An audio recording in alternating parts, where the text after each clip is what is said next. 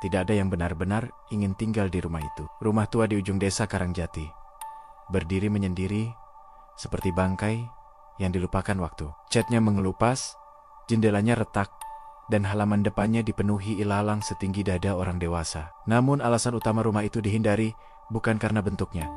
Kebun itu selalu tampak basah, bahkan saat kemarau panjang. Daun-daun pisangnya lebar dan gelap, menutup cahaya matahari, menciptakan bayangan aneh yang tak pernah benar-benar diam. Tanahnya lembek, seolah baru saja digali dan ditutup kembali. Warga desa percaya satu hal, Arif tak punya banyak pilihan. Setelah dipindahkan kantornya ke daerah pinggiran, ia harus mencari rumah kontrakan murah. Istrinya, Sari, sedang hamil tua. Mereka butuh tempat berteduh secepatnya. Ketika seorang calo menawarkan rumah itu dengan harga tak masuk akal murah, Arif sempat ragu.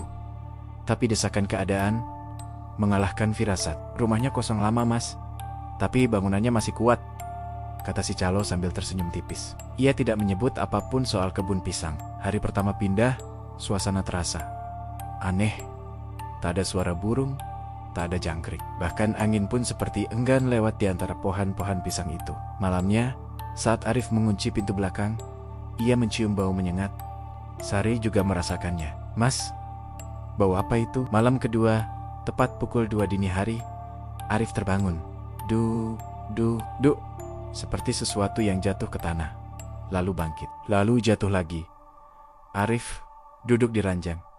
Suara itu datang dari luar.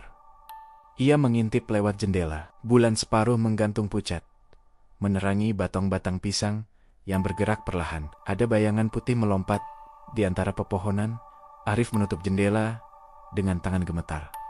Ia membaca doa secepat yang ia bisa. Keringat dingin membasahi punggungnya. Keesokan paginya, Arif memberanikan diri bertanya pada Pak Wiryo, tetangga tertua di situ. Begitu mendengar kata kebun pisang, wajah Pak Wiryo langsung berubah. Mas, rumah itu memang kosong, tapi yang di kebun belum pernah pergi.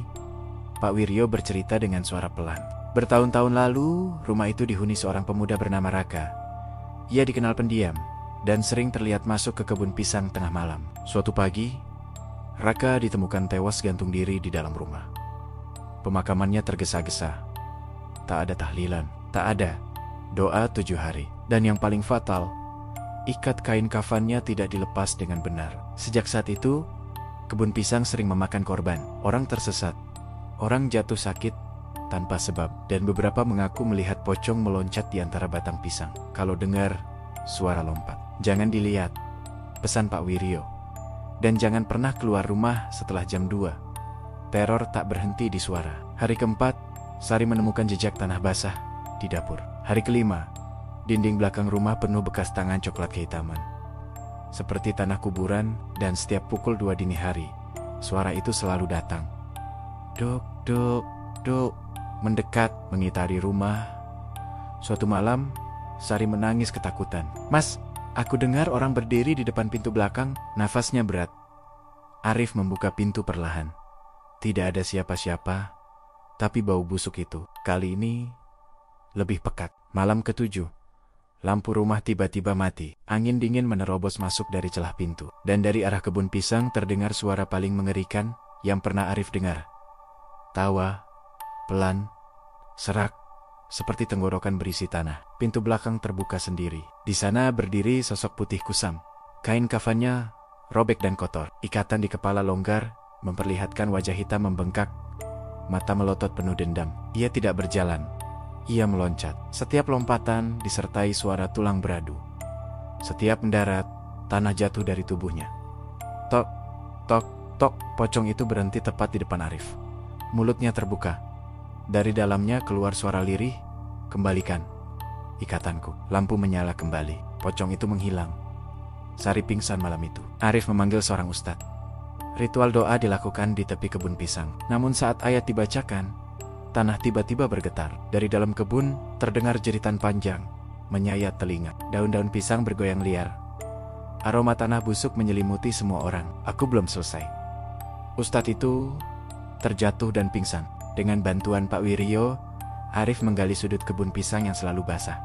Sekop mereka membentur sesuatu. Saat ikatan dilepas, terdengar suara napas panjang.